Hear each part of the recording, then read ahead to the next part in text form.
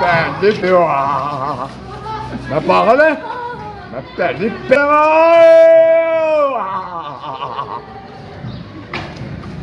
ਬੱਚਿਆਂ ਨੂੰ ਤੂੰ ਕਹਿੰਦਾ ਕਿ ਬਿੱਲੂ ਬਾਟੇ ਦੇ ਗਾਏ ਰੋਲੇ ਮਾਰੋ ਬੱਚਿਆਂ ਨੂੰ ਕਹਿੰਦਾ ਬਿੱਲੂ ਬਾਟੇ ਨੂੰ ਰੋਲੇ ਮਾਰੋ ਤੇਰੀ ਮੈਂ ਫਿਰ ਸੌ ਜਾਵਾਂਗਾ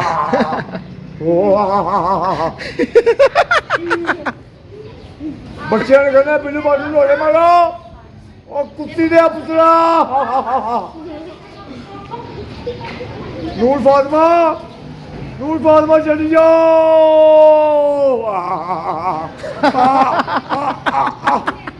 ਤੇਰੀ ਭੈਣ ਦੀ ਤੇ ਫਾਇਰਿੰਗ ਕਰ ਓਏ ਕਿਸ ਪੁੱਤਰਾ ਫਾਇਰਿੰਗ ਵੀ ਤਾਂ ਕਰ ਉਹ ਤੇਰੀ ਨਾ ਬਸ ਹੋਵਾਂਗਾ ਕਿਦੋਂ ਕੱਲ ਉਹ ਮੈਨੂੰ ਚਲੋ ਤੇਰੀ ਭੈਣ ਹੋਵਾਂਗਾ ਪਰਸੋਂ ਤੇਰੀ ਭੈਣ ਨਾਲ ਪਰਸੋਂ ਫਾਇਰਿੰਗ ਫੂਰਿੰਗ ਵੀ ਤਾਂ ਕਰ ਨਹੀਂ ਮੂਰਤੀ ਕੁਰਾਨ ਮਜੀਦ ਦੀ ਕਸਮ ਮੂਰਤੀ ਜੰਗਲ ਨਹੀਂ ਗਾ ਉਹਨੇ ਮੈਂ ਸਵੇਰੇ ਦੇ ਘਰ ਗਿਆ ਉਹਨੇ ਜੰਗਲ ਦੇ ਖਲੋ ਕੇ ਡਾਉ ਮੈਂ ਇੱਕ ਫੈਰ ਕੀਤਾ ਮੈਂ ਝੂਠ ਬੋਲਾ ਮੇਰੀ ਗਰਦਨ ਕੱਟਦੇ ਉਹ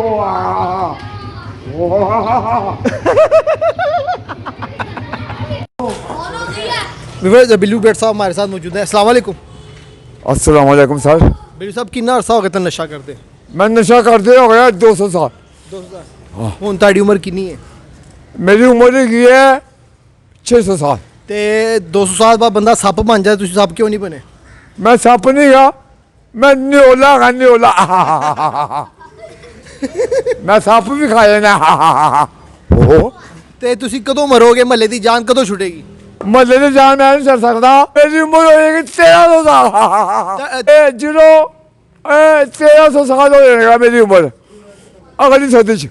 ਤੇ ਕਿਹੜਾ ਨਸ਼ਾ ਕਰਦੇ ਹੋ ਤੁਸੀਂ ਜਿਹੜਾ ਤੁਹਾਨੂੰ ਸੌਣ ਨਹੀਂ ਦਿੰਦਾ ਮੈਂ ਪਾਊਡਰ ਵੀ ਪੀਣਾ ਫੀਮ ਵੀ ਖਾਣਾ ਸ਼ਰਾਬ ਵੀ ਪੀਣਾ ਚਰਸ ਵੀ ਪੀਣਾ ਕੋਡ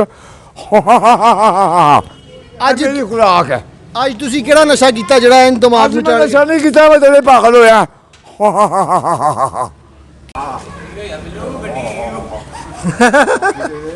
ਓਏ ਉਹ ਗੱਡੀ ਯੂ